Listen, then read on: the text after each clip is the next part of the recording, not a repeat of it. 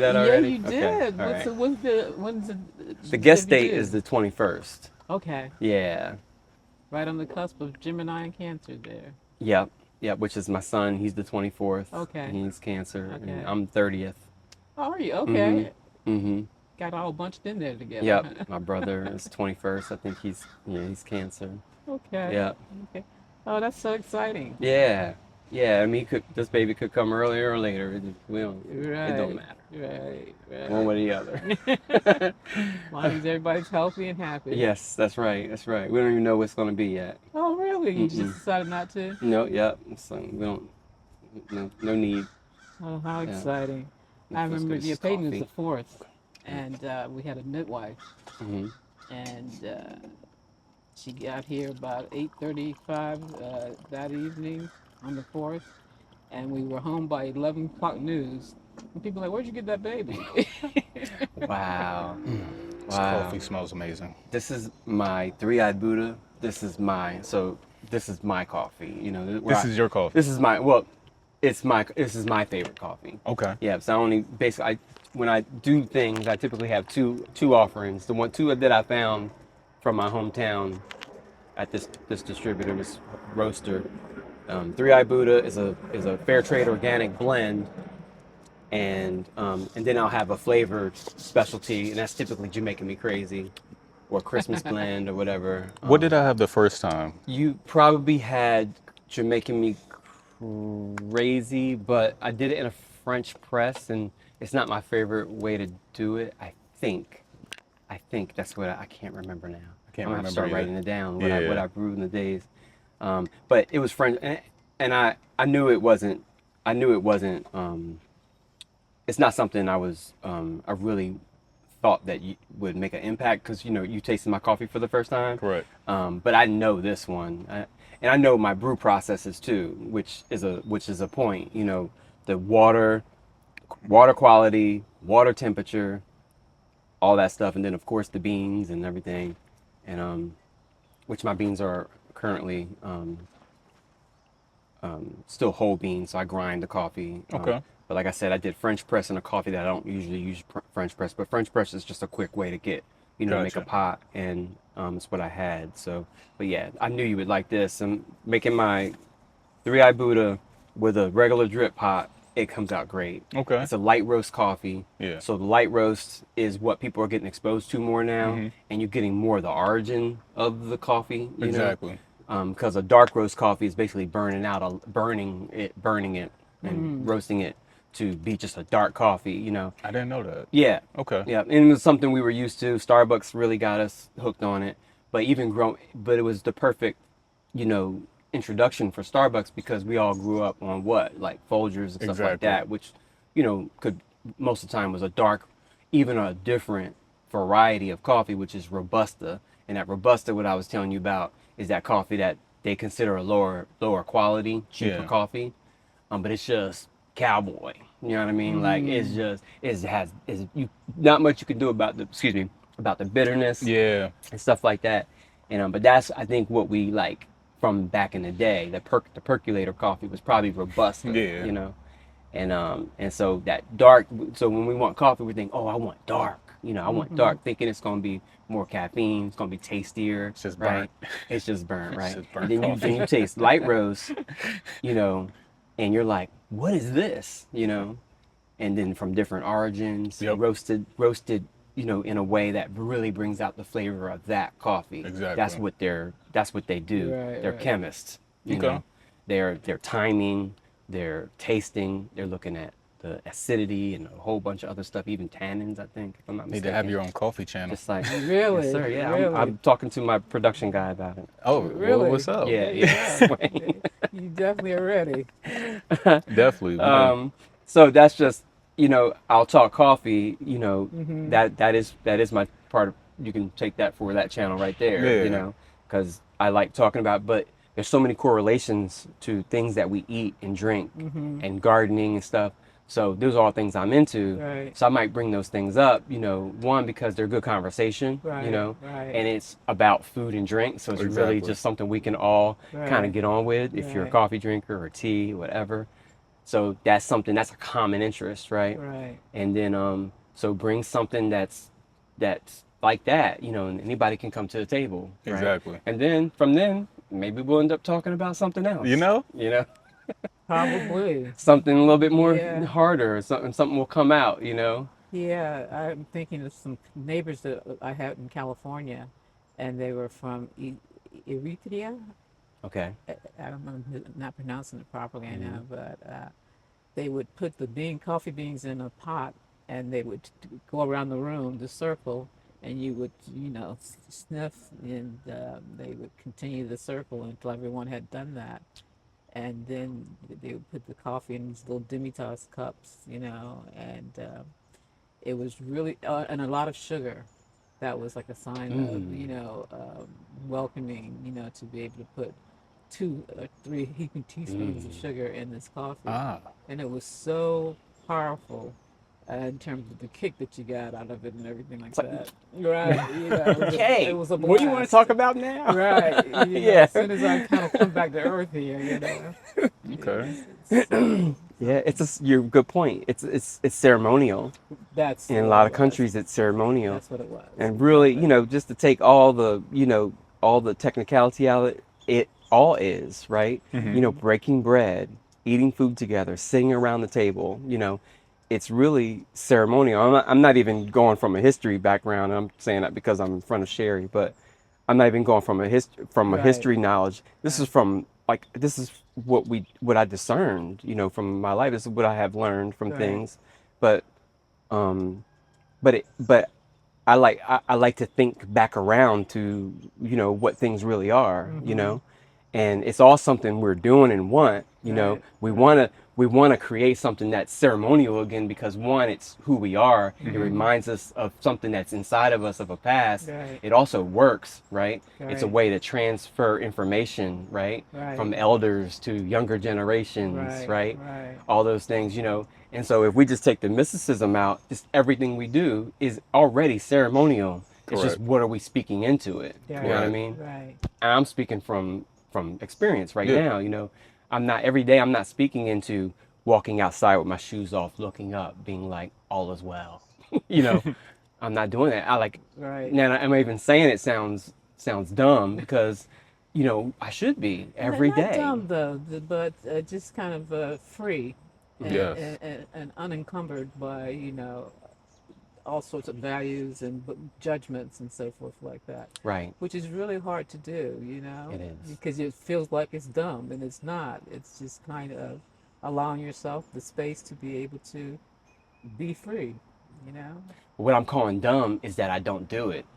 Ah. Okay. Yeah, you Okay. know what I mean? Like, Yeah, right, you're right, exactly. you're right. Be You're okay. encumbered, and Okay. I even and I posted this too, and I post this often about you about no shame or blame. About you. I Okay. keep on posting that, and I'll put Juneteenth, Wonderful. Virginia. Because that's your mantra. Yeah. From that's what it seems like to me. I Yeah. see you posted everywhere. I see that's what's it's your subtitle of everything. And Yeah. sometimes you just say no shame or blame, and that resonates with me a whole lot. Okay. Yeah, just That's because wonderful to hear. there's so much in it, right? Yeah. Because that's what a lot of us, and a lot of conversations I've been having with people individually, and moving forward with community stuff. Mm-hmm. Some of it's stuck, some of it's not. Mm-hmm. But a lot of people, it's the same thing. It's like we're all dealing with this like traumatic state Yeah. of, just not feeling worthy. This could be the smallest things. Yeah. And even the people who are doing really well, same thing. Yeah. Same thing, dealing with the same struggle, Yeah. imposter syndrome. Yeah. And they out there, Yes. I'm looking at it, I'm like, you killing it. Yeah. Like making stuff for football players and, Mm-hmm. designing things and hosting, bringing the young generation along and stuff. Right. And they struggling with some of the same things. I feel like the whole world is kind of hanging from a cliff, by our fingertips. Yeah. And no one is excluded, and everyone is involved in some shape, fashion, or form. And how do you deal with that? Well, maybe start talking to each other about what you're going through and finding out that it's very similar to what he or she is going through. Exactly. And if we start talking about it a little bit more, that maybe helps to unravel it more and more, because really kind of hard hanging from your fingertips. Yes. You know, It Yes. it is. is not Yeah, easy. especially when Yes, you haven't been, you haven't been working out every day. right. Like I haven't been. Speaking about going out in the morning, I actually put like a pull-up bar that I've been holding on to. I built myself a greenhouse, so I put the pull-up bar right there at the green. So when I walk out the door in the Right. back porch, it's Right. right there. Right. And so sometimes, especially dealing with the stress and anxiety Mm-hmm. and on and off meds and stuff like that, I have to, I'm always trying to find ways to manage, Okay, right. with a 3-year-old in the house and a small house and space, and so I'll just go out and like practice my Right, pull-ups, right. and Release just that energy out. releasing Yeah. it, but also I'm trying to build up some strength too because I want to Okay. be able to do pull-ups, Yeah. Right. So because I don't think about it all the time, or I don't wake up and go to the workout, but I just walk out there and it's there, and I'll Right. and I'll do it. You just made me think of strengthening, things to do, working on habits and strengthening things, like that. Well, I mean, that's exactly what. Welcome to Monday Morning Coffee Oh, with that Edwin. one can't see you. That one. Okay. Welcome to Monday Morning Coffee with Edwin. That's Hear, hear. really, I agree. Talking those things out. Yeah. And what I've been thinking is it starts with a space, Yeah. a safe space, Mm-hmm. and it's not always a physical space, but creating a vessel, or Yeah. a space, or holding space for people, Right. and like you coming back today, and offering, making an offering, of things that you have a resource for, um, people offering their services and stuff like that. It starts, you know, I see it even from us bringing our produce with us that we've grown in our garden with us to these things like this. Which you I know? plan on it. I have some cucumbers growing, Okay. tomatoes, so I'll be bringing plenty of that once it starts flowering and growing. So you have a big garden Uh, at your home? we do have a slightly like a medium-sized garden. My wife and I, we started gardening maybe 3-4 years ago. Okay. We started with some raised garden beds, just one. We saw how fruitful that started to be with cucumbers and cilantro, just different varieties of vegetables and fruits. And we ended up getting 2 more raised garden beds. We had a great time growing sage and tarragon. Okay. Tomatoes flew off the shelf, so much so that we weren't able to harvest everything. So some of them dropped into the ground, and now we have random tomato plants growing from the ground. Perfect. Love it. And that just pushed me further to say, hey, babe, let's go ahead and just grow from the ground. There's no Okay. need for raised garden beds. We don't have the dogs anymore that will go in there and mess up the garden. So definitely going to be upscaling it a lot more. Oh, wonderful. Growing corn. We're going to be doing that soon. I love corn. Yeah. I mean, that's just my favorite. You Same. know? Yeah. We tried the first time to grow corn, which we were semi-successful, but it just wasn't. I think we planted it a little bit too late, and we probably planted it with some other vegetables that weren't supposed to be right next to it, Right. because it didn't come out. There was like some black corn in there, so which to come find out that it's completely natural. I'm thinking that we messed up somewhere, Right. but that's how corn naturally is if it's not treated properly or if the wrong pest gets inside of it, which I was excited about because my wife was like, "There's so many bugs." That's a good thing. If life is coming to our garden, that means that we're doing something right. Yeah. Yeah. Yeah. So we have 3 cucumber plants.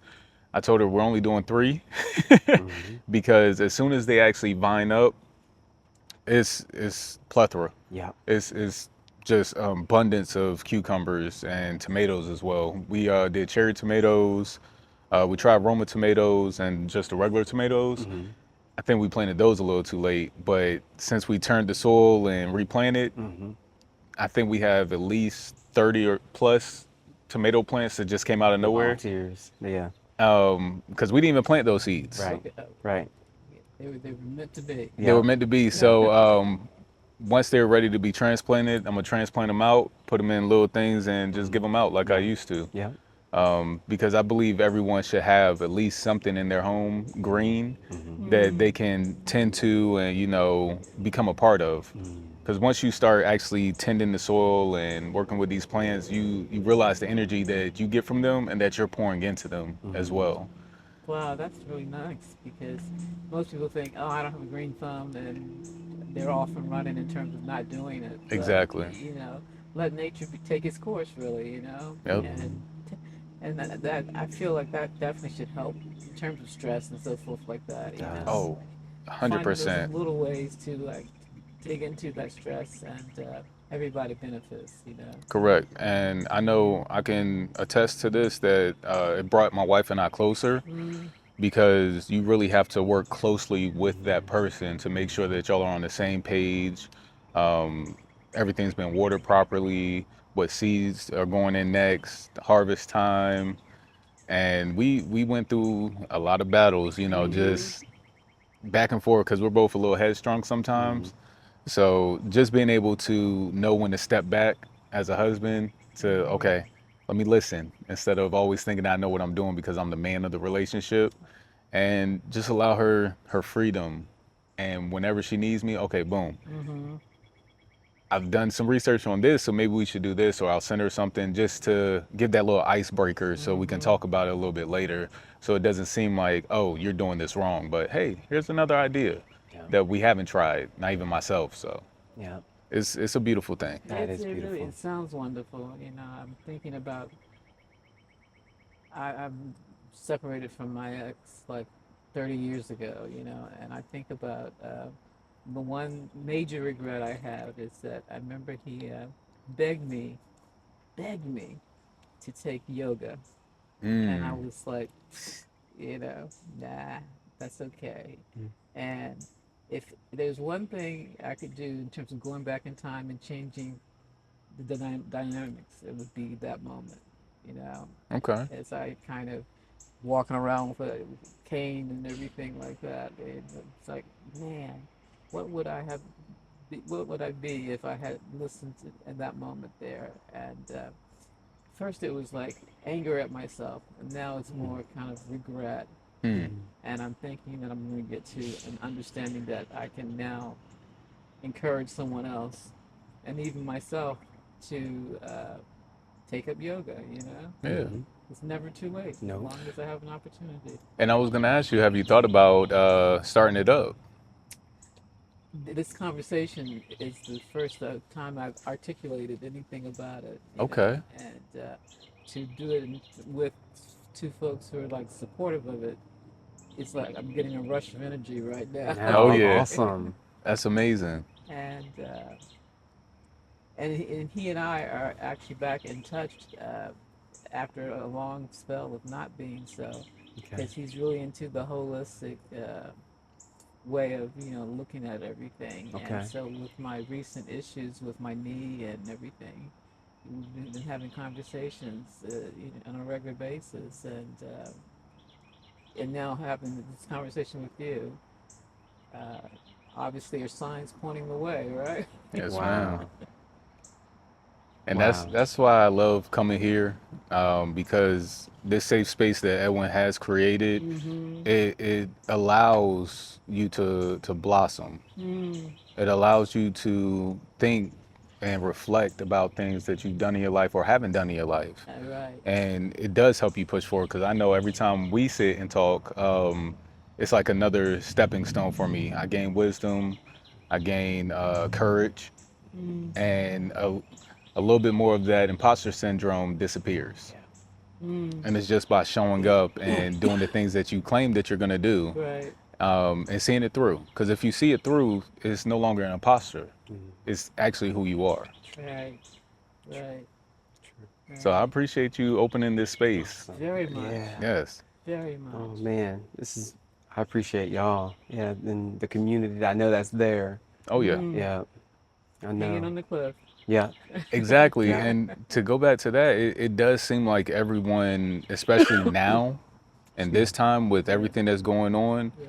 everyone's hanging on that cliff just hoping for an out, Yeah. someone to help them, Yeah. just pull them up and like, hey, Right. I got you. We're going to go do this. we're gonna get you squared away. Right. And I think if we just actually look to the people next to us that's hanging on that cliff as well, hey, we gotta get up here together Right. and pull each other up as we're going. Right. I think that would be also a better way too. Yeah. Because us waiting for someone to come lift us, Right. it's not gonna happen. Right. Right. Not as quickly as we want it to. Right. Right. And that's another thing in terms of time, kind of letting go of the construct of time. Mm. You know, I don't know how you do that, but it's part of the process, I think. Not looking at the clock every Yes. 5 minutes, you know, and allowing yourself time to. That's that term right there. Mm. But Maybe the space. yeah, yeah, that definitely has a lot to do with it, definitely. And something you said earlier in terms of having courage, I think it takes a lot of courage to let go, and as they say, let God, you know, and not define it so rigidly. I felt that because I no longer wear watches. Uh, Mm-hmm. I stopped wearing watches maybe February or March Mm-hmm. because I don't want to be constricted right, to man-made time. right, right, Yeah, I keep my phone on me, so if I do need to check it right, in case of emergency, ooh. right, But other than that, it's like without checking the time, you feel freer to move about. You don't feel rushed. It's an amazing feeling. yeah, it is. It really is. My sister is dealing with what they call early Alzheimer's, Mm.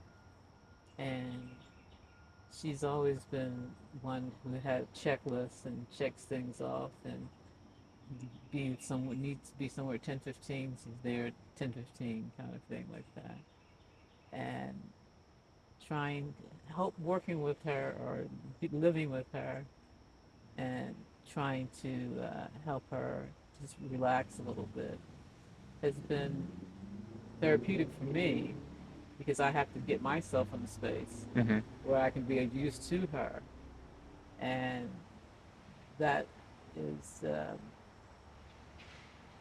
freeing in a way because I don't have to put any time, any kind of marker on it. I just want to, you know, be there to help her as I can, Mm. and I find myself helping myself by virtue of just kind of not putting any limits on either one of us, and it's improved our relationship because we have to talk more. We have to strategize a little bit better. You know, she demands to know information from me that in the past I may not have really been paying attention to, but now it's just been an interesting back and forth of energy and strategy and trying to like not have that be a burden, Mm-hmm. but learning every step of the way. Every step of the way. Yeah. Always learning. Always. Trying to anyway. Yeah. Some days it's like, what? What are you saying to me, God? You know? Or a good cup of coffee? Yes. Speaking of coffee, I do have hot water for tea as well, and I have water today. If you want a bottled water, No, I'm good right now. you good? I'm good right And now. I have some Hardee's biscuits over there. So I had this thought about, you know, this saying going around. I forced myself to sink in this saying that everybody's been saying, that nobody's coming to save you. You know, a lot of people have been saying it. You know, and we talk a little bit about the sayings that we've said in the past, like "fake it till you make it," you know, and Yep. all stuff like that. You know, and how what they mean to us and what they meant to us at the time and all that. But you know, a lot of my friends who I've been building with, you know, have been saying that, you know, I'm like, right, and I've been trying to make myself sink that in, you know, because I think we're seeking that, you know. Mm-hmm. But I love how you put it, you know, because I thought to myself, like, that's another, it may not be a lie, but it's another, you know, whatever you call it, you know, slice of the truth. You know what I mean? Because I don't agree with it essentially. You know what I mean? Which Because, part? like that nobody's that. Well, I guess the way you put it is great, right? Because I think we're looking for somebody to come, right? Correct. But we're right here. Yep. So right, because it almost makes me, it's like a cop out a little bit if you really dig in, if you really dig your heels into that nobody's coming to save you. You just think that it's just you and the world, and you just got to do whatever you got to do, which I believe there's a lot of truth to that. But it is not true that we do stuff in a silo, and we do stuff, that's not how It's things supposed to work be. out here. Correct. You know what I mean? Things work in tandem, in conjunction, or whatever. You know what I mean? Our body does it, our organs do it. Correct. So it's not intended for us to do things alone, basically. Correct. But that saying, I think, is, as if you're not getting the right, if you're not, depending on what revelation you're getting from it, you could really just start to think that, you know what, you start to lose a little bit of hope, right? Correct. 'Cause especially if you're a person like me who really, believes that, this is the only way, like doing things together and helping each other is the only way. Yes. You kind of take away, my product, you know what I mean? Yeah. My business, Well, when I say no one's coming to save you, because I just actually had another revelation. Yeah. It's not. It is true. No one's coming to save you, Right. especially if you don't step out and do things yourself first. So you have to start. You have to be a self-starter. If you don't start it yourself, no one's coming to save you. But if I start, guess what? Now I can lean on other people like, hey, I've already started this. This is what I have going on. Are you willing to help? No doubt. But coming to someone and saying, I haven't even started yet. I don't know where I want to go, but I need help. They can't help you because you don't even know where you're going. Help doing what, huh? Yeah. Anything. I know that well. I know you know that well. Yeah. Being there, you think that that's the thing to do, is to tell people you got something that you want to do. You think that's the right step, Right. Is it not the right step? It is. It is. It is. But I definitely agree with what you're saying, and I feel it from you Yeah. as an accountability partner. You make space for that. Yes. You're like, like throwing us in the pool. Yeah. You know what I mean? And I've been teaching my son how to swim. We've been doing swim Okay. lessons. That's a lot of things there too. But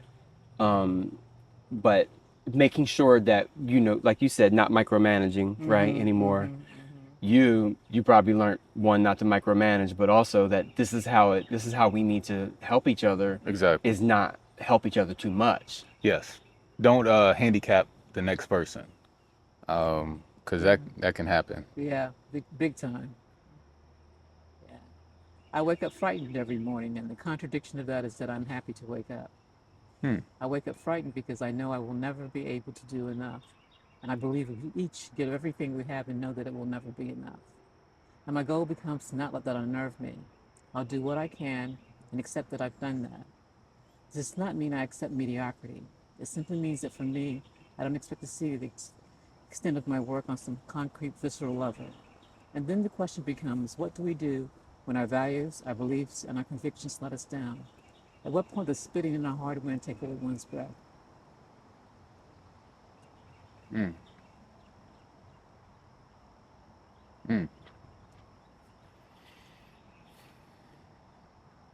I suffer from that too. I can attest to that.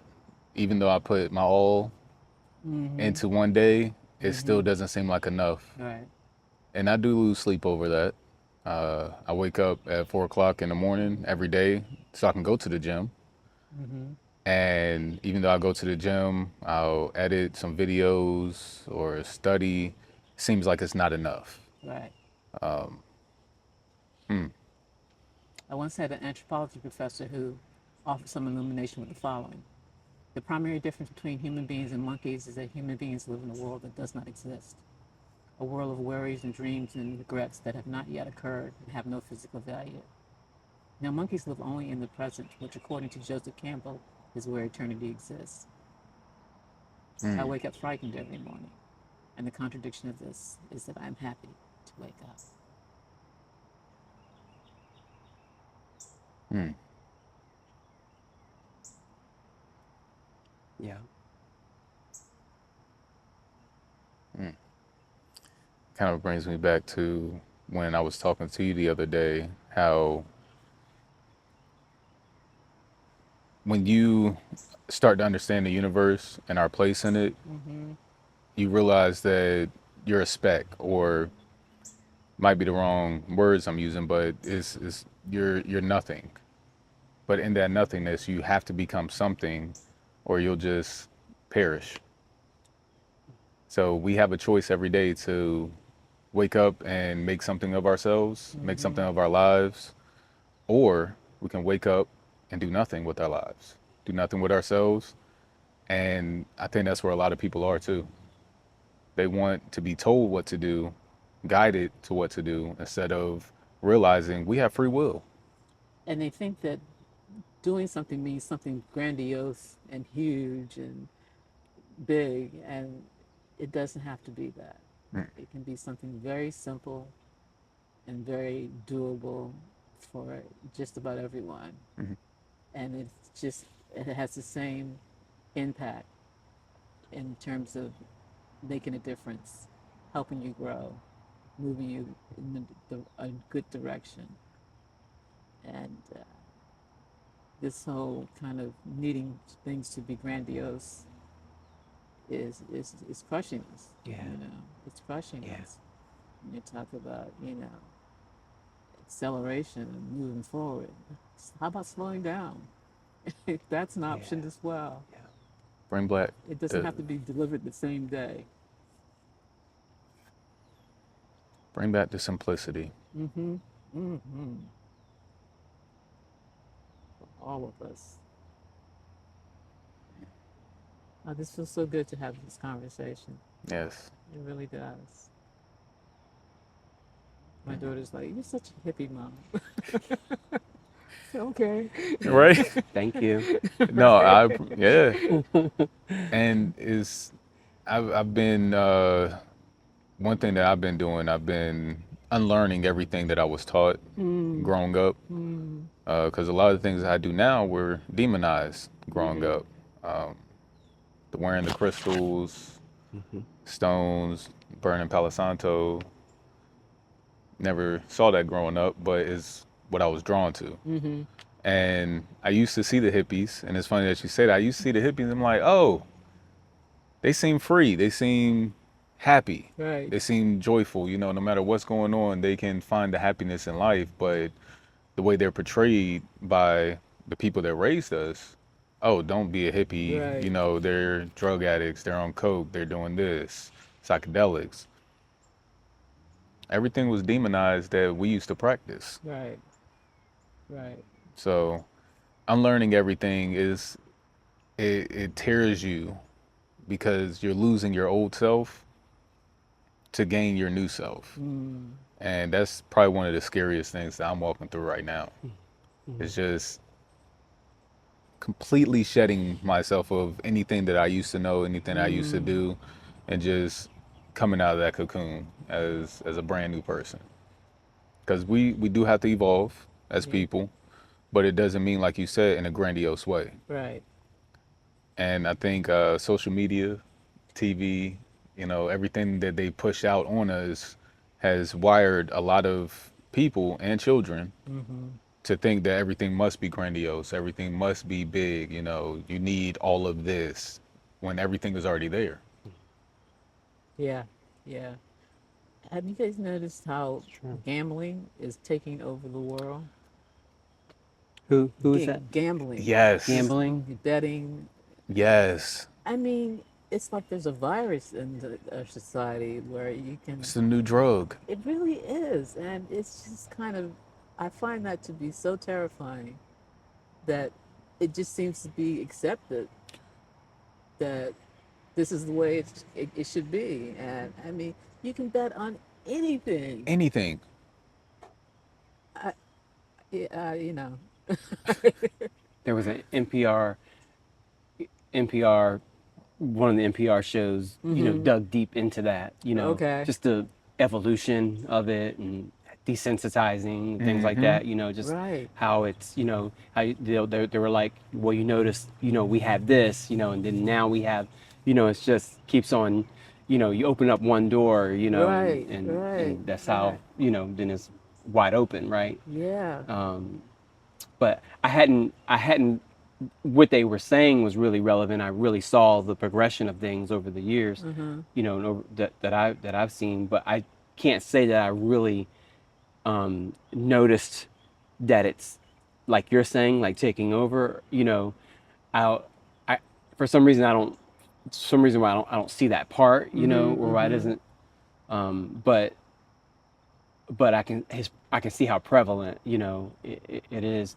But I guess I'm a little naive to it too, you know, because even like when at work and stuff, you know, the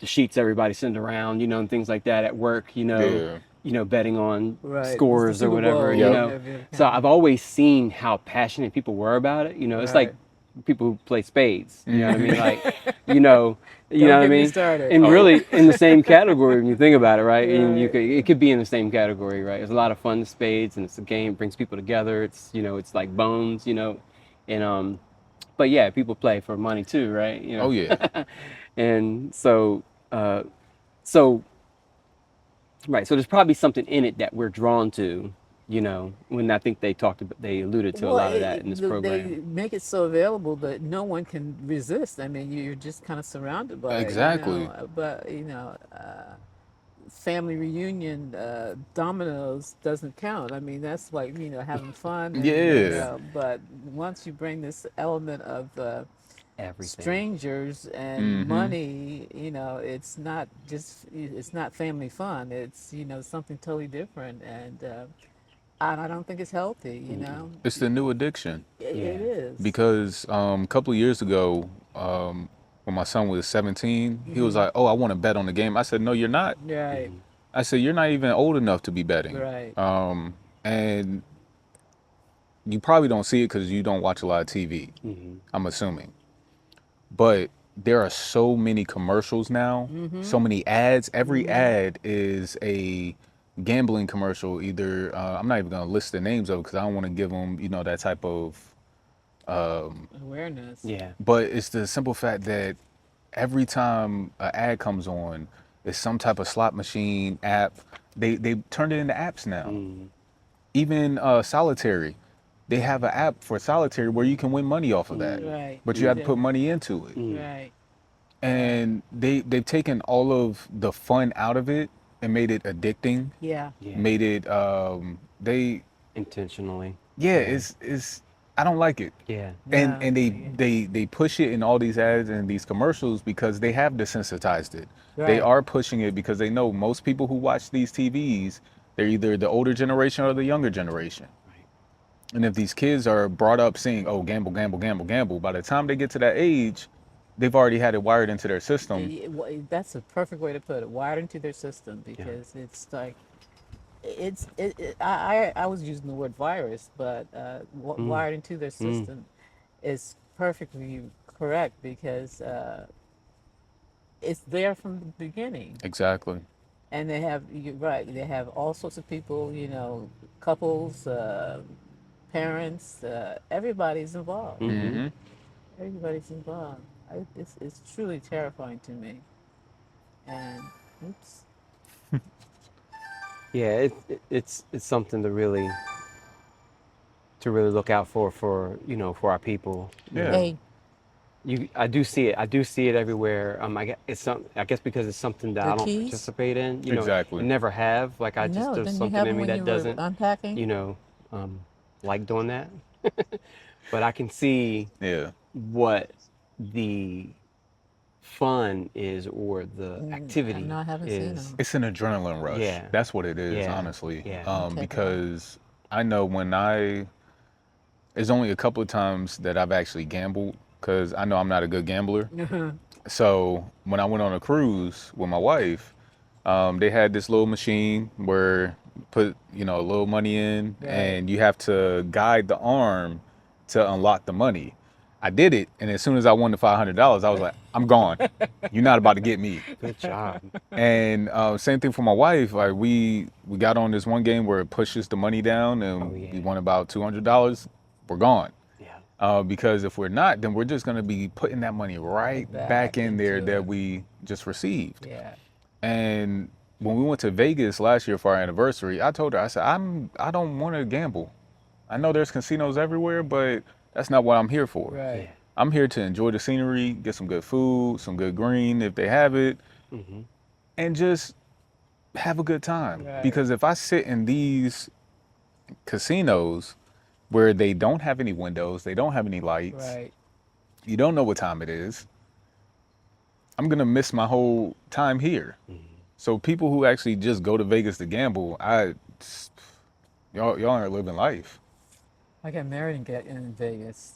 It went Okay. to one of those candlelight Okay. chapels. Yeah. And you could have got our rings from the pawn shop. Okay. Because the people always are pawning in their jewelry in Exactly. Vegas. You had a photographer who also served as our witness. And we got that bad boy done for about $50, you know. Oh, Wow. so that is real because I've heard or I've seen it on TV where in shows where people go to Vegas to get married.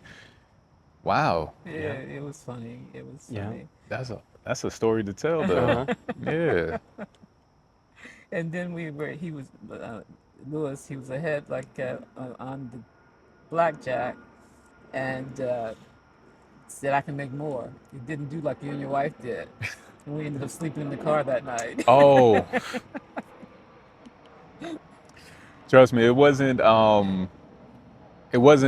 like that quick. Like, hey, let's not do this. Let's go ahead and go. Right. The first machine got us Okay. because we was like, okay, maybe we found the machine, and I was Right. like, you know what, babe, let's go ahead and go. I think we've spent our limit today, and that's one thing that we learned too, to put a limit on ourselves. Yeah. Once we hit that limit, walk away. Right. Because our intent wasn't to come here to lose money. Our intent was here to have fun, Right. enjoy everything around it, knowing that that one piece is still there that we can, all right, boom, $5. All right, I'm done. Right. So, yeah, gambling, that is becoming something terrible. And like you said, desensitized is, when I was younger, gambling was a sin. Exactly. You couldn't go near anybody who gambled. Exactly. They And treated now- people who gambled like they had a disease. Which indeed was the case in It's being- many situations. Mhm. You know, I am beginning to see recovery programs already too. Yeah.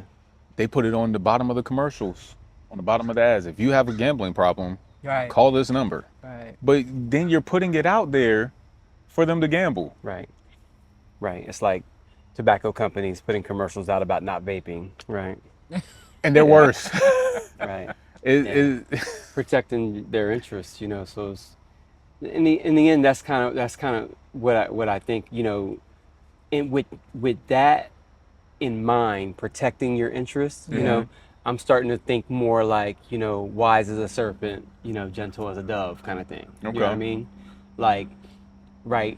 So we already know that it's not sustainable to hurt others to have gain. Correct.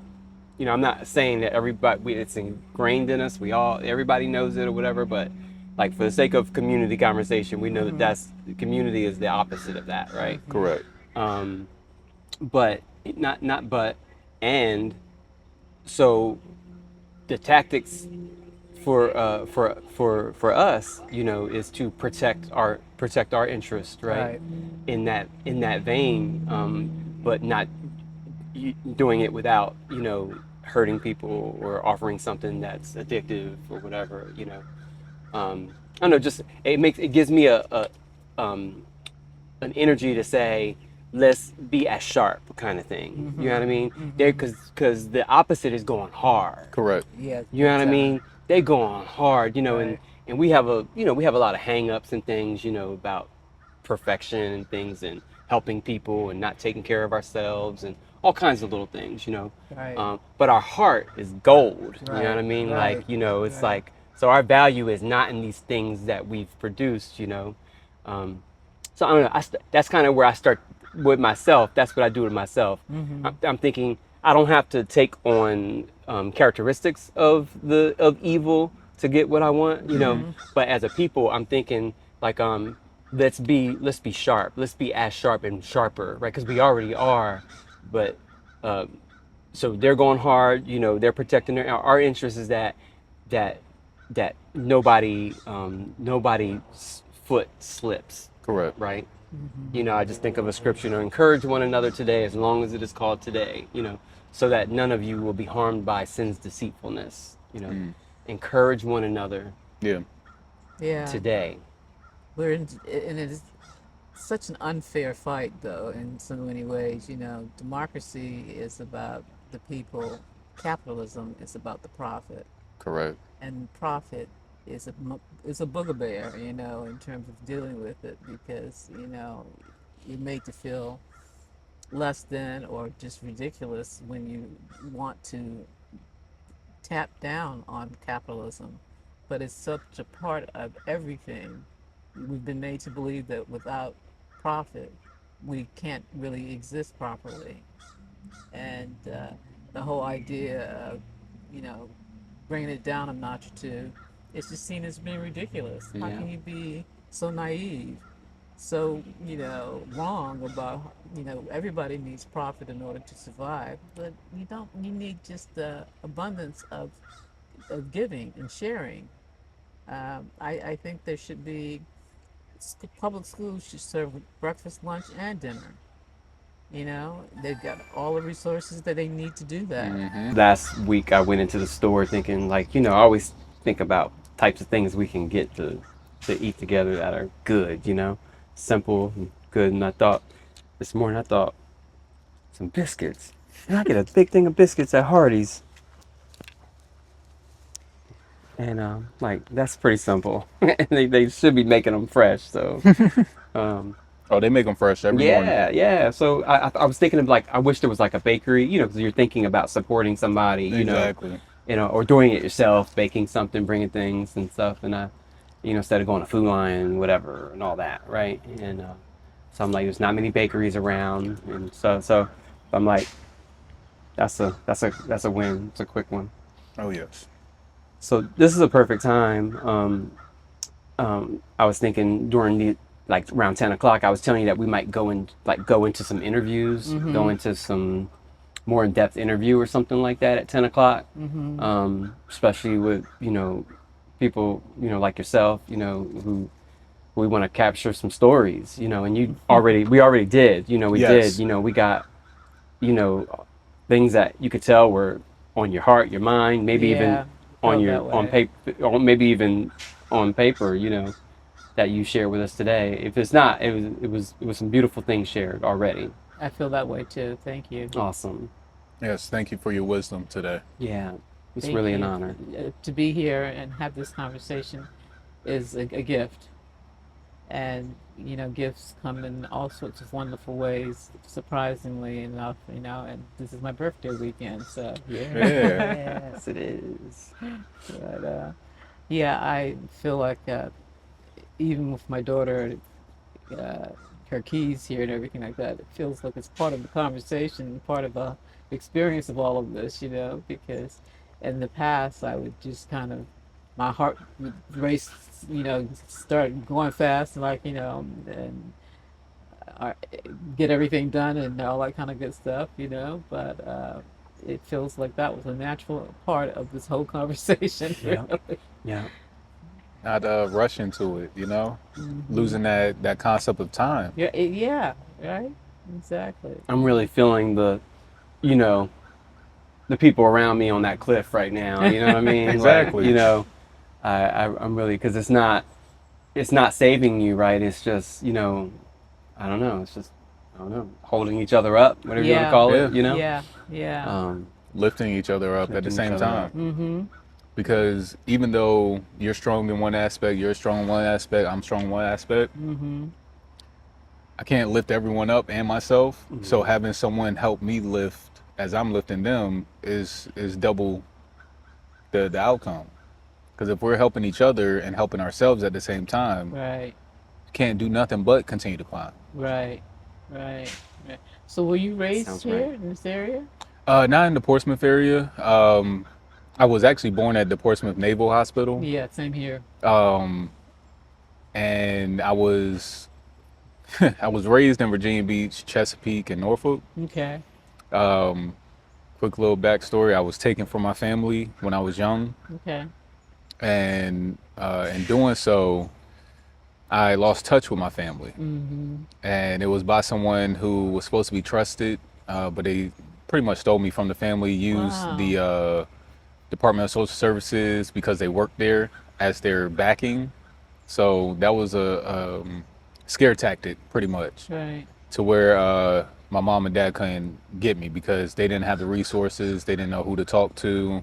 My dad is not from here, he's from Chile, South America, so he Mm-hmm. had no support. And my mom, who thought she had support, everybody was against her. Mm. People knew that it was wrong, but they were complicit and quiet. So I grew up, spent a lot of my time in Virginia Beach and Chesapeake, but I've stayed in this area Mm-hmm. and went to college in North Carolina, came back, met my wife here, and we actually currently live in Suffolk. Okay. Wow, what a backstory there. Yeah, and that's just the brief. That's the brief version. Wow. It took a lot of healing, a lot of soul searching, and doing a lot of inner work, shadow work, to get where I am today, to be able to sit with you all and actually articulate in a short version Right. of what took place in my life. So I'm here until I'm not, meaning I want to experience elsewhere, like other cities, because I've lived in Virginia all my life. Right. I have traveled, so I've been to South America. I've been to different islands, of course, on cruises, Mm-hmm. but never really planted roots anywhere else other than Virginia. Okay. Okay. Wow, that is a great story. What about you, Edwin? You're from Jersey or something. Yep. Right. Yep. Born in South Jersey. Yep. And I don't use.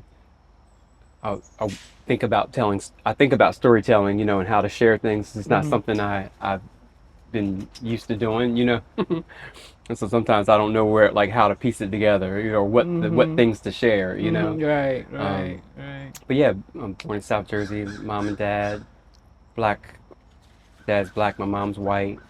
Although she would tell you differently, and and I don't know. I haven't put together, crafted a story about myself yet. Like I have all these different stories that I've tried to like put down before, like when Mm-hmm. writing papers and stuff. Mm-hmm.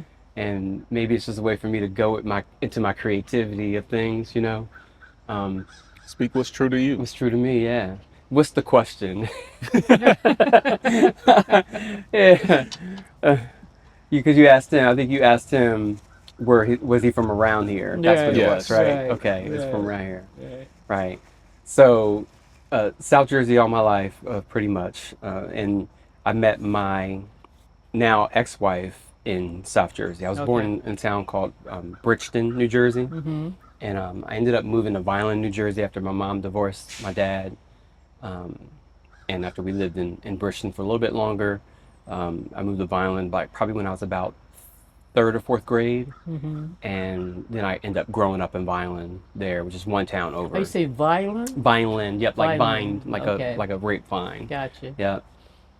And I ended up, growing up there, and I met my ex-wife, my now ex-wife there, and she had 3 kids already, Mm-hmm. and we met because we were both in like a youth ministry type meetup. It was like a group of young people from different backgrounds, different places, different churches and stuff, and we would just kind of meet and like Bible study, worship and fellowship, and sometimes just like go out. We were in the project, so we would just go out into the street and just make noise and stuff.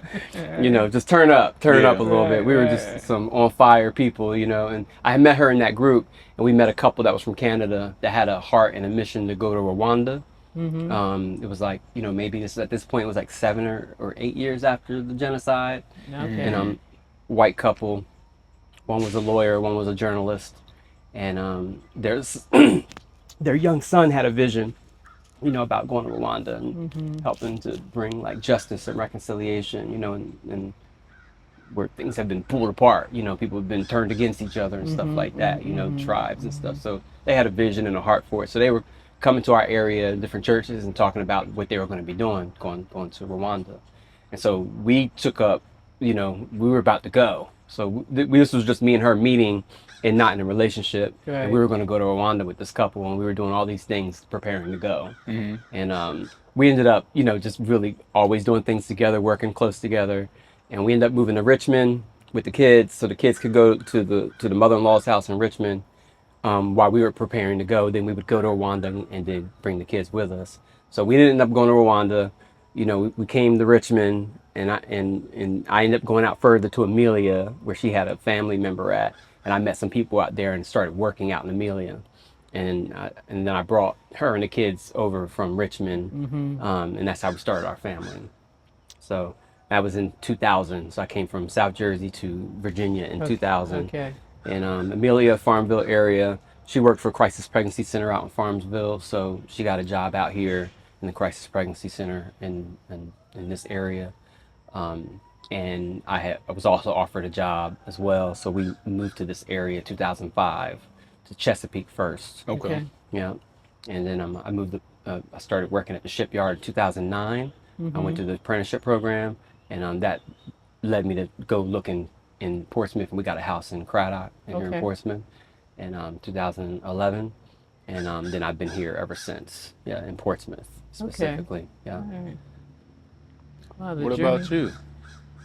Born and raised here in Portsmouth, and after high school, left never to return. It was just like, this is it for me, And Where did you leave to? went to Philadelphia, where I went to undergrad, Penn, Okay. and loved Philadelphia, but wanted to go to, I applied to law school and to writing programs, MFA programs, and got into Iowa, but that was like way too cold, and was waitlisted at Columbia, but got into UCLA theater school. And so left Philly, went to LA, and was really, LA is a film town, Okay. film and television. Yeah. And I was doing all of these plays in what they call equity waiver theaters. If you have a theater that's 99 seats or less, then you can put on a show without having to deal with union rates and everything. And so that became my niche. I was averaging like a couple of plays a year and getting good reviews. And if I'd had that kind of career in New York, I'd be famous. But I was in LA, which is again film and television, but people respected my work. And just as I was starting to do the television rounds, where you go in and pitch a story and everything like that, my ex and I broke up, and Peyton was 6 years old, and I had to make the decision whether I was going to be in LA as a single parent or come back to Virginia, where I had family to help me raise my child. And I made that choice to come back to Virginia when she was, about to start school. And I was really frightened, because I'm like, what am I going to do in Virginia? What am I going to do? And I had discovered Juneteenth in LA, and kind of put together the fact that the history of how slavery started and ended in America, or supposedly ended, that was the local history here. And came back and started a Juneteenth 501c3, and started dramatizing that history with these little short plays that could go at a church or in a school or a recreation center, and get the conversation started about our history in an honest way, because the history that we had been taught was clearly not the history that happened. And it just evolved. It started with June who, June what, as a way of being able to, get started. And literally, we were the only Juneteenth event going for like about 3 or 4 years. And to see it explode in the way that it has been absolutely amazing to me, you know. And people were, I remember I had a friend who's a marketing guy, and he's like, we can't let people take this away from you. I'm like, it is not mine to, it is belongs to everyone, and that's exactly what it is now. But in terms of the capitalism of all of it and everything like that, I definitely feel that I've been, left out of the, out of the kind of proceeds of all of that. And it's interesting that my name comes up a lot in a lot of these meetings with, the corporate aspect of what this has all become. But and I constantly have people saying, "Well, you're in a good position," kind of thing like that, and it's just like, I don't think it is in the way that you think, but I think for myself, I'm not tied down to any kind of commercial needs or expectations, and that is a good place to be, because if I were indeed dependent on them for some validation, it's not coming, and I think I'm the better for that, So, but yeah, that's my origin story there. If you don't mind me asking, when was it that you started Juneteenth VA? 97. 97? Mm-hmm. So I'm going to tell you something and then I'm going to let you continue. Okay. I didn't know about Juneteenth until maybe 5, 6 years ago. Yeah. I wasn't taught it in school. No. None of that. And Sure I of went it. to a all black Christian school. Right. They Right. did not mention it, No. not once. No. I'm not surprised at all. It's fine. It's fine. It's just basically uh, the few people who had heard about it, they would go, "That's a Texas thing," because it was first recognized in Texas. Okay. The story basically is that after the Civil War ended in April of 1865, federal troops, Buffalo soldiers, fanned out across the country, spreading the word that there was that freedom, the war was ended and that slavery was over. And wherever they got to, there would be some celebration in that locality: Freedom Day, Victory Day, Okay. Liberation Day, kind of thing. By the time they got to Galveston, Texas, the date on the calendar, June 19th, became the term that they used to describe their day, and that kind of took hold for a lot of people. And so Texas was the first kind of official Juneteenth, and then Oklahoma became the second place where they used the term Juneteenth, which basically means a celebration of the end of slavery in America. And yeah, until I mean, there were people working on the ground, particularly a man named Dr. Ronald M. Myers, who was a Baptist preacher and a trumpeter, and a big guy, and just very verbose and full of energy.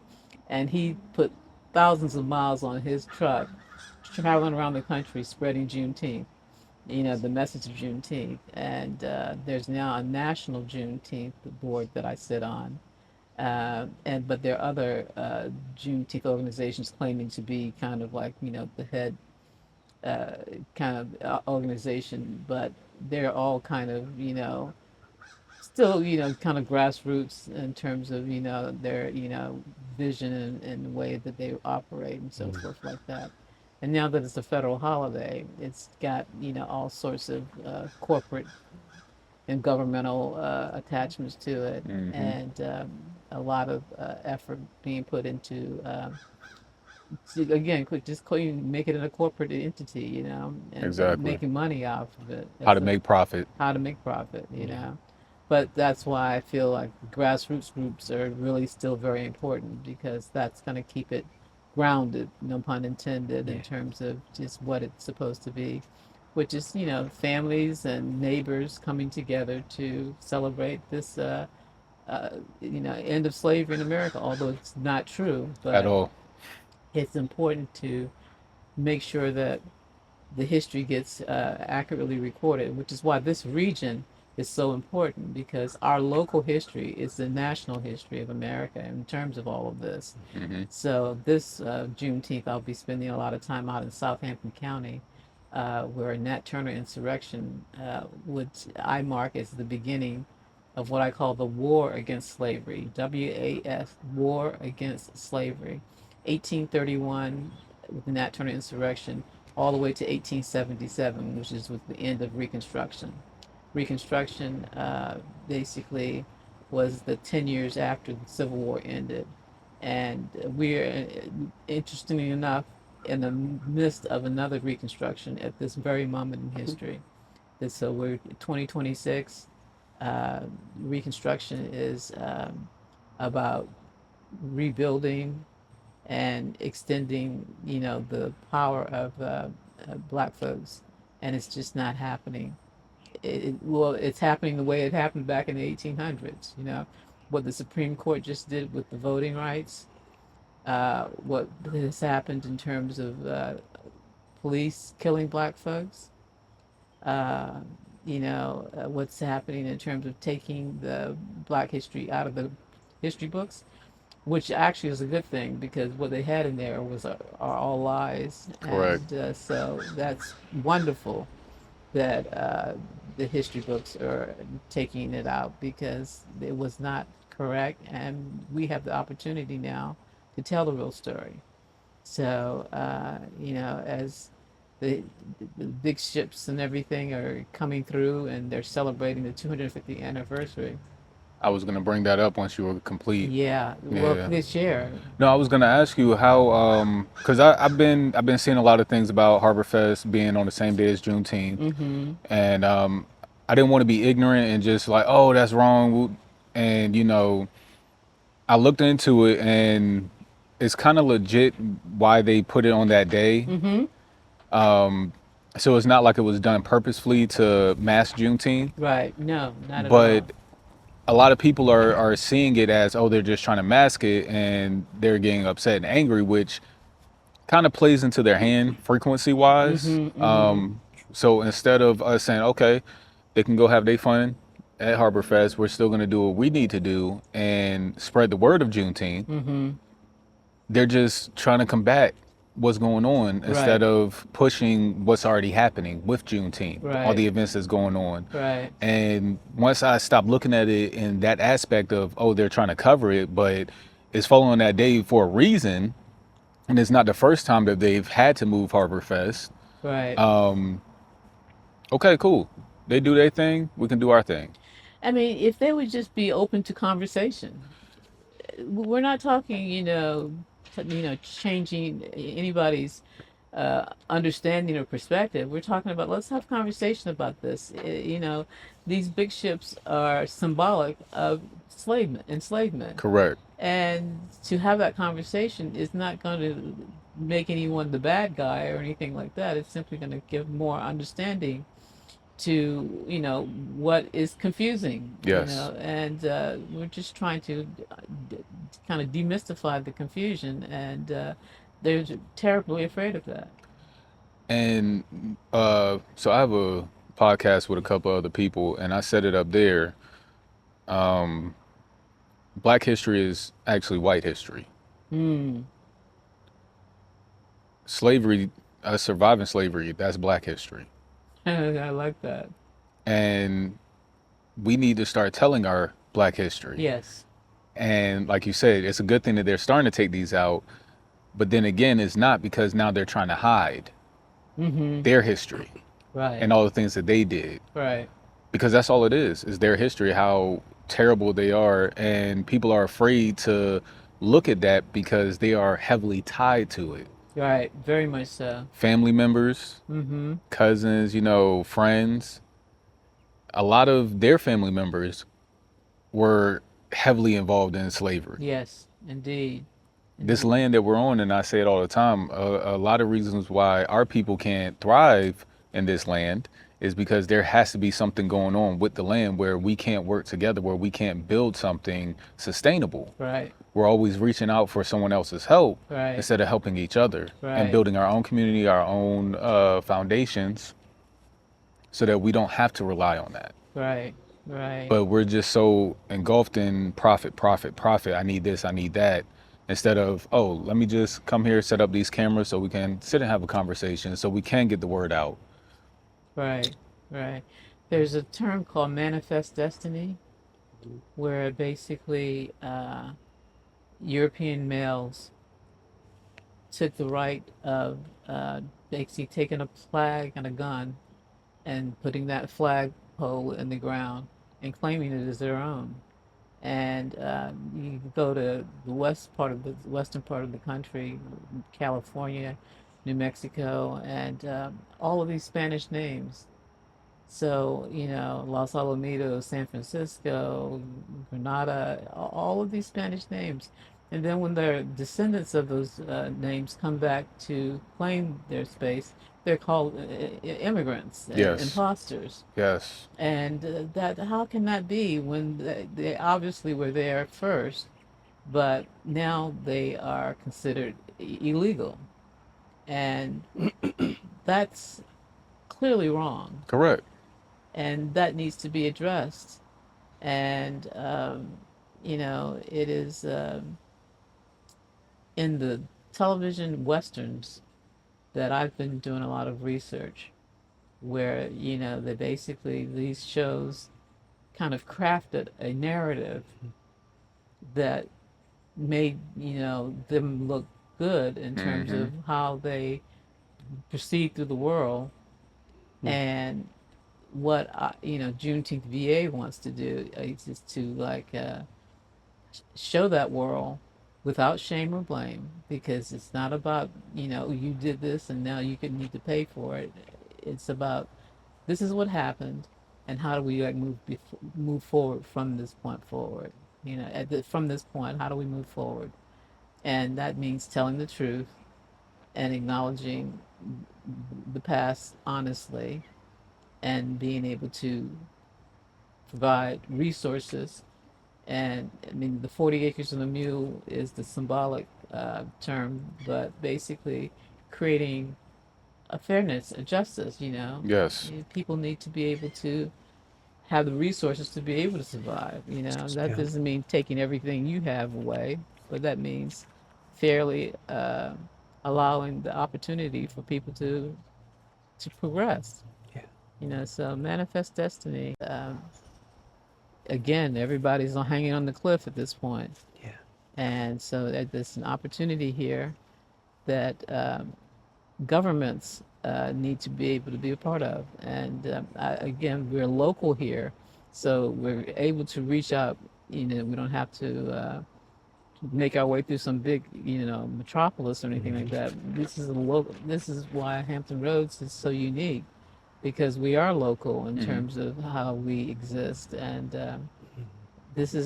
we have an opportunity and a responsibility here to do something. And I don't know if we have the leadership in the places that they need to be, but I feel like we got to try. Gotcha. We do. You know. And to speak to that point, I truly believe that the reason why it's so hard for them to accept the truth is because they're afraid that we're going to do to them What they did to us. and it's that fear that keeps them Yeah. spreading lies, keep them hiding from the truth. Right. Whereas if you just tell the truth, okay, cool. Right. Y'all want us to get over something, tell the truth. It's all. Just It's tell the not truth. It's not complicated. Because when you can be an immigrant from the Holocaust or, from Israel or anywhere, come into America and get everything that we can't, and then we're told to, oh, just forget about it. You Right. be all right. But we Right. want to remember 9/11. We want to remember all these other things. I didn't know Texas used to be Mexico. Yep. I didn't know Nevada and California, that was all considered Mexico. Yep. Yep. I didn't learn that until I was in college. Right. And I don't even think it was then that I learned it. You're right. But it wasn't even a teacher who told me. It was someone on Instagram or Twitter somewhere where they're pushing, the truth out. Right. But it's masked because it's not heavily taught. Right. And if it's not taught as a curriculum, how would they know? Exactly. And just like you said with the Westerns, I just recently learned that a lot of it was staged. Right. There was a one man with a camera who would go around, Right. learn the Indian ways, and then recreate it.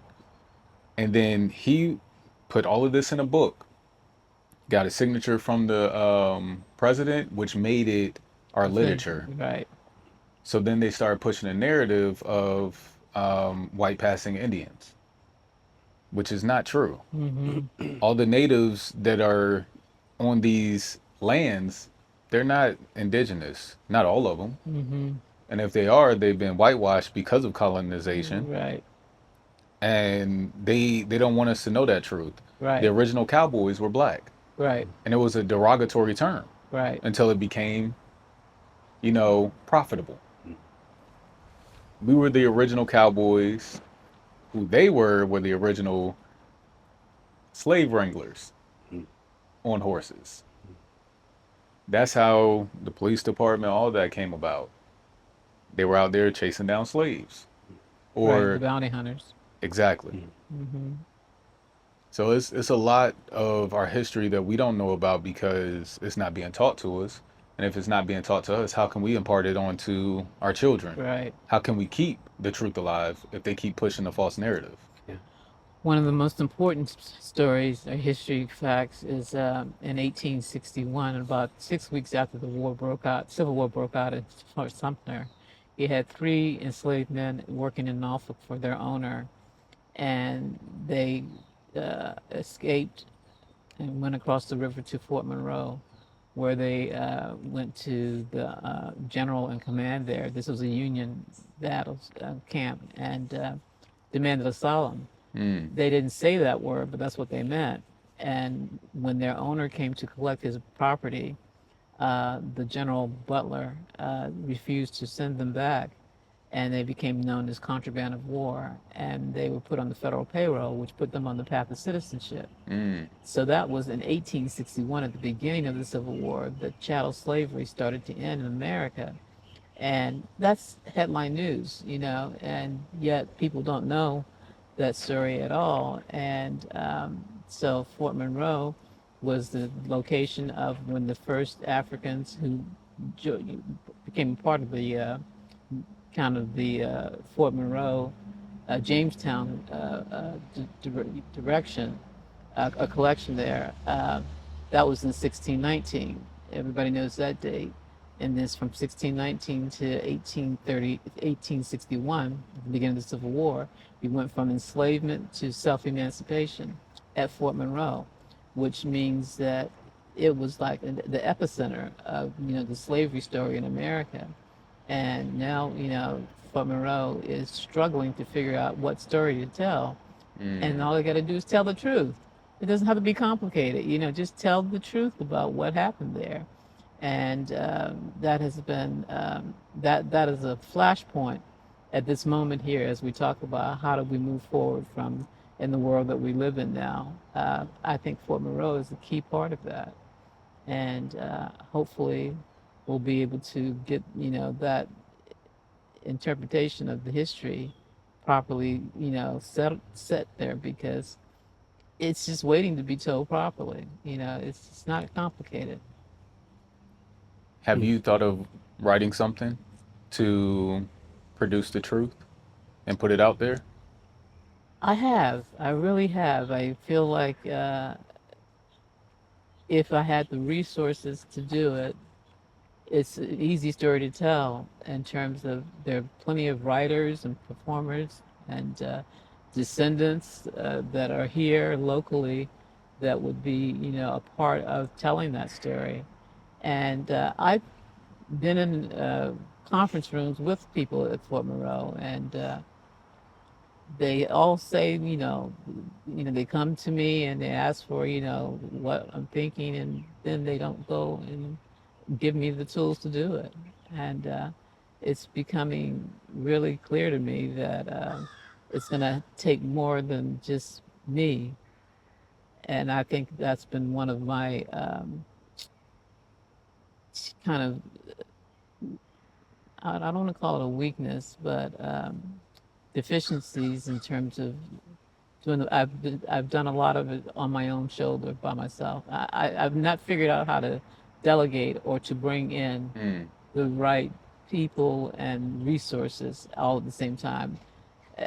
Every year for a couple of years there, when I was hosting the event, uh, there'd be like a one bad apple on the team kind of thing like that, that a lot of energy would be sucked into kind of dealing with that Mm. person. And I had that happen like maybe 2 or 3 years in a row where, someone who did not mean well for the adventure of what we were doing derailed things in a way that just kind of personally derailed me, because it just kind of took the wind out of the sails kind of energy. So I had that happen, and just kind of, yeah, yeah, I definitely had a period there where it just kind of I slipped a bit, and there was no one there to help me get back up, or not with the right tools and so forth like that. And it's taken me a long time to acknowledge that as well. And then I had like a house fire that destroyed everything that was, like had in there for like 15 years, kind of thing like that.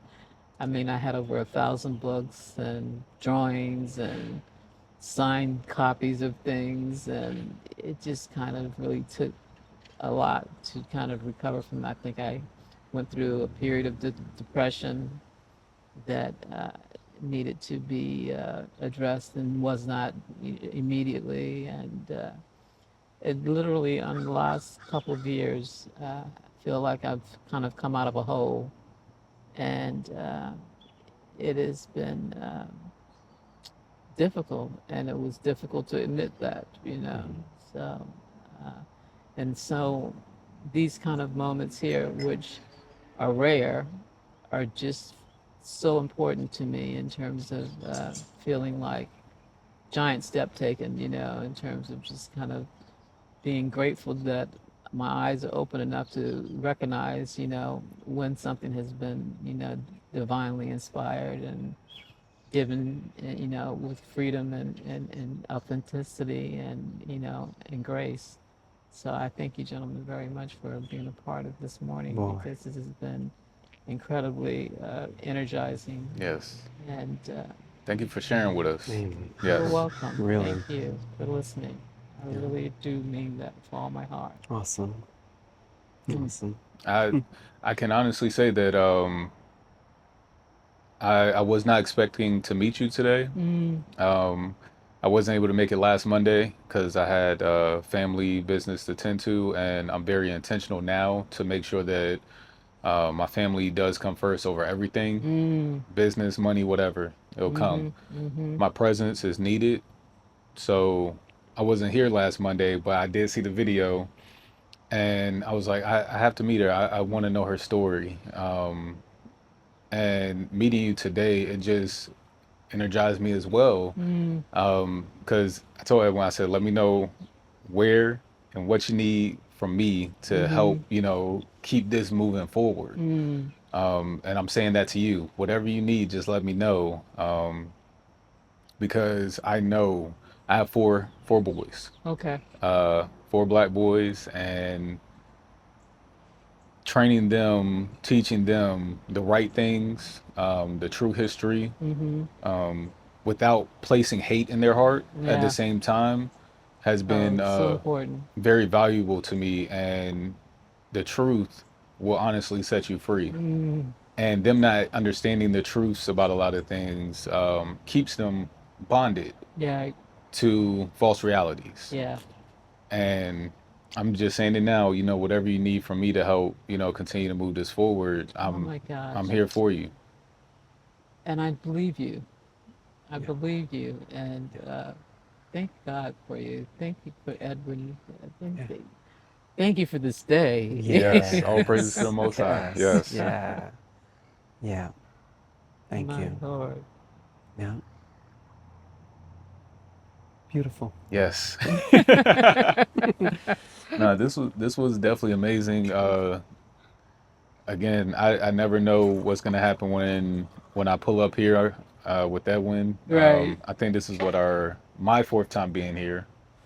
I Maybe, believe from maybe. the first time we had a FaceTime call, How did and you meet? we met through a mutual friend, Terrence Anderson?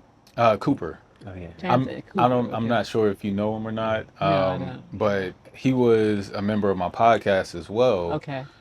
Put me in touch with Edwin, who got us on a good path to doing some great things. We're on a network for the podcast now. Mm-hmm.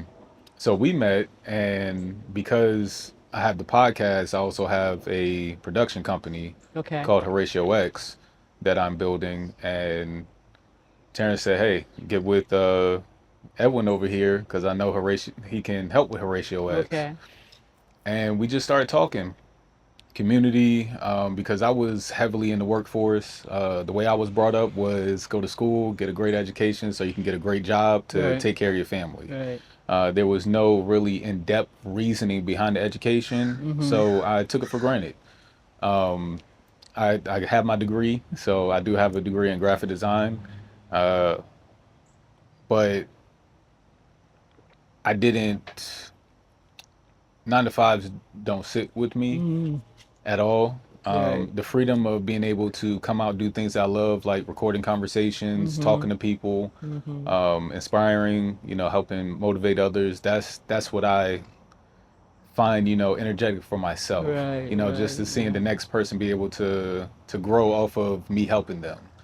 Um, that's one of my passions, and Edwin can tell you, since we met, it's just been energetic. Like anytime we talk is okay. Woo, didn't know I needed that. Yeah. But one thing that Edwin has imparted with me, I think it was after the first day I cut some grass, Okay. and you said you really motivate yourself into doing things. Like each step of the way, you have motivated yourself. I was like, yeah, I kind of have, and that in itself has helped me break out of that imposter syndrome, break out of a lot of things that were Right. holding me back. Um, because I know one time I pulled up, I didn't even have the cameras or anything. And I was like, how can I say that I have a production company and we're going to be doing certain things if I don't step out and make that first step? Which is going back to no one's going to help you, no one's coming to save you. Right. You know, Right. I have to save myself to an extent by putting myself out there Yeah. and the uncomfortability and Mm-hmm. the unknown. Yeah. Yeah. And ever since we met, it's just been blossoming. Things have been coming about, and it's truly a blessing. Yeah. Indeed it is. Indeed it is. See the trickery. Oh, go ahead. Well, no, I've just that's all I really had at that Yeah. moment. I see the trickery of that. Of not putting everything out there, right? One, Yeah. fear of wrong people and stuff like that. Yeah. But not putting everything out there because that's not what you do, Right. right?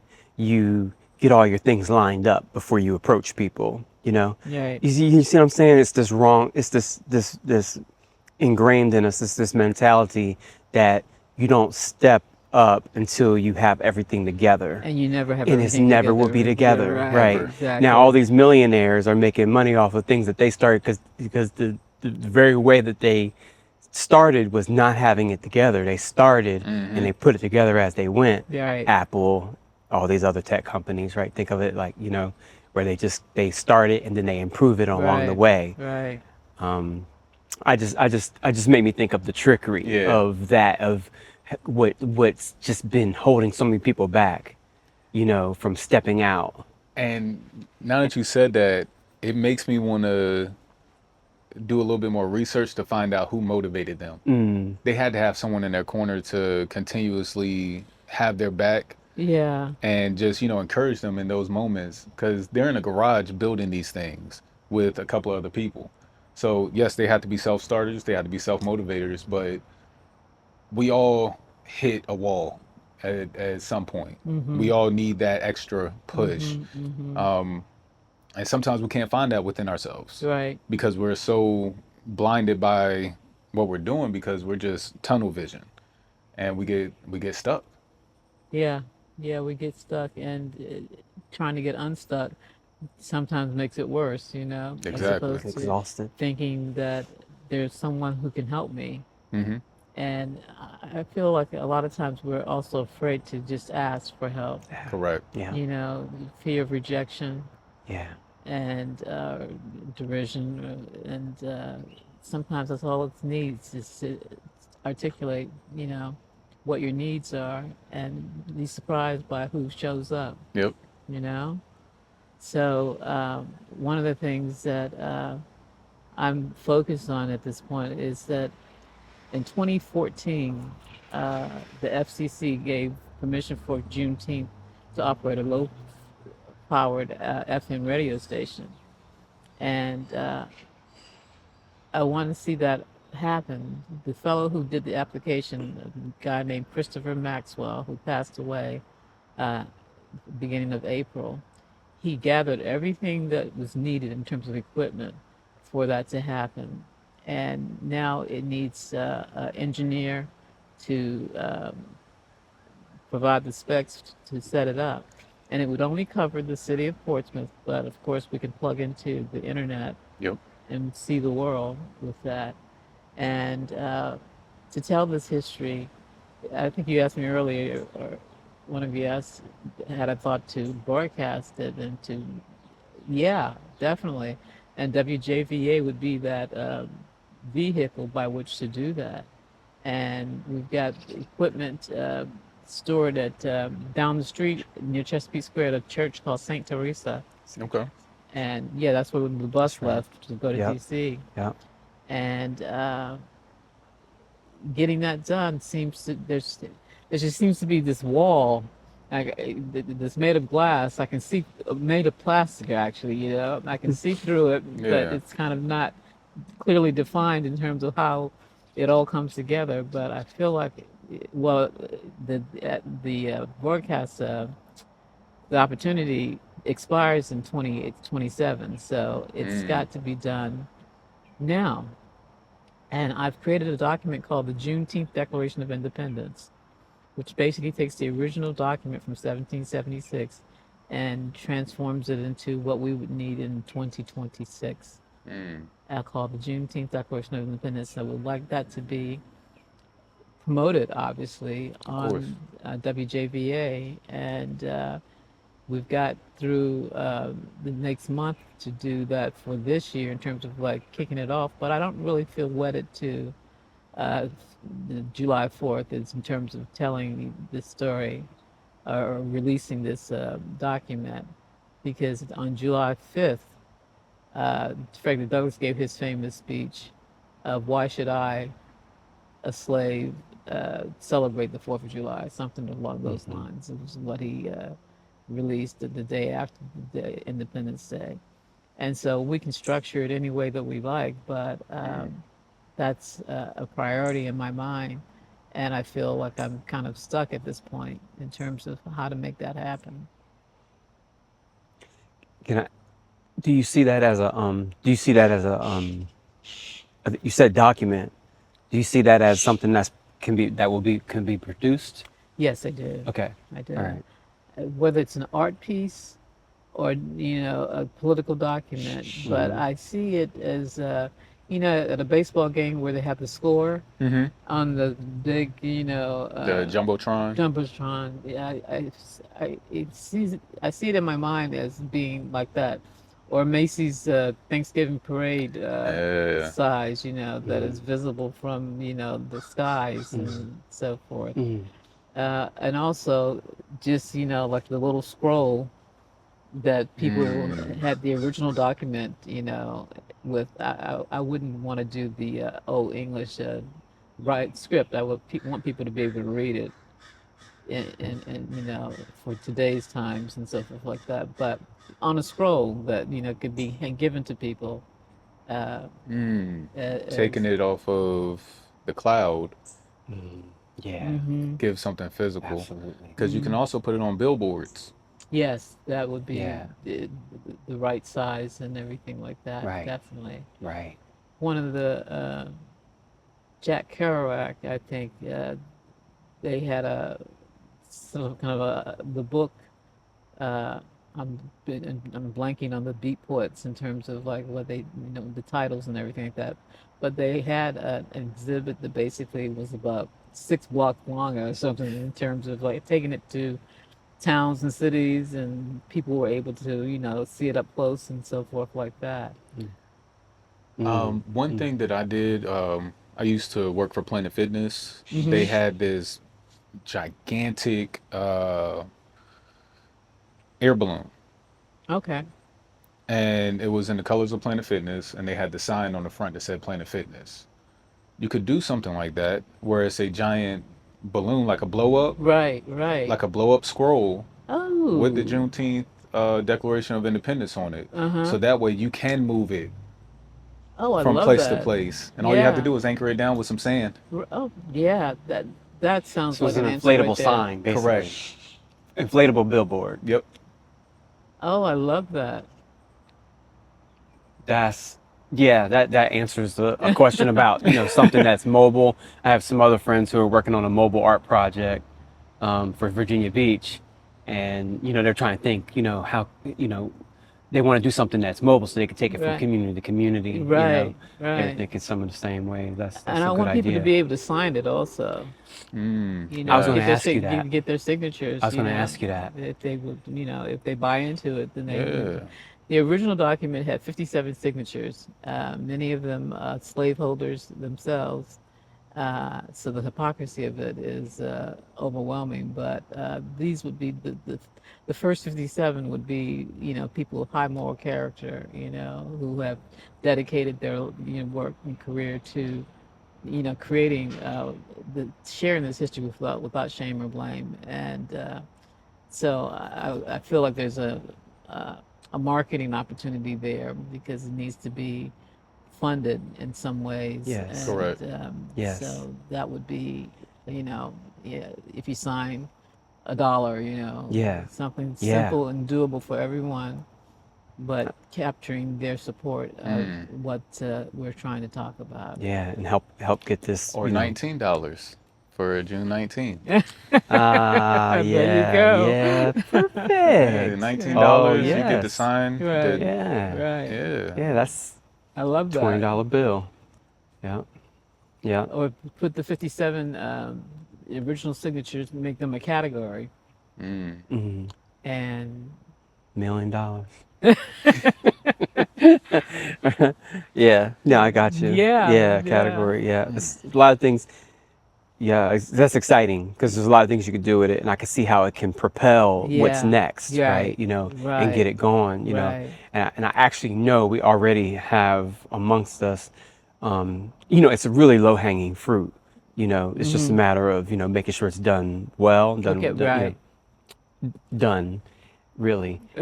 But I love it, let me fellas. let me ask Yes. you let me ask you this: I had got a call from a young lady that was helping put your board back together at one point. Maybe 2 years ago, Yeah, right? yes. How's it? You obviously have a board still, right? Is it kind of And paper only. okay? Right, right. But that project, yeah, didn't complete itself. It didn't. Okay, I So, was but wondering. I do still have people who are willing and wanting to. Who are named. Yeah, and so. But I'm so glad you brought that up because that would be something that I would love to have you to be a part of this. Mm-hmm. I would love to be a part of it. Absolutely, Wonderful, absolutely. wonderful. I've been told to share this with you. I've been pulled to.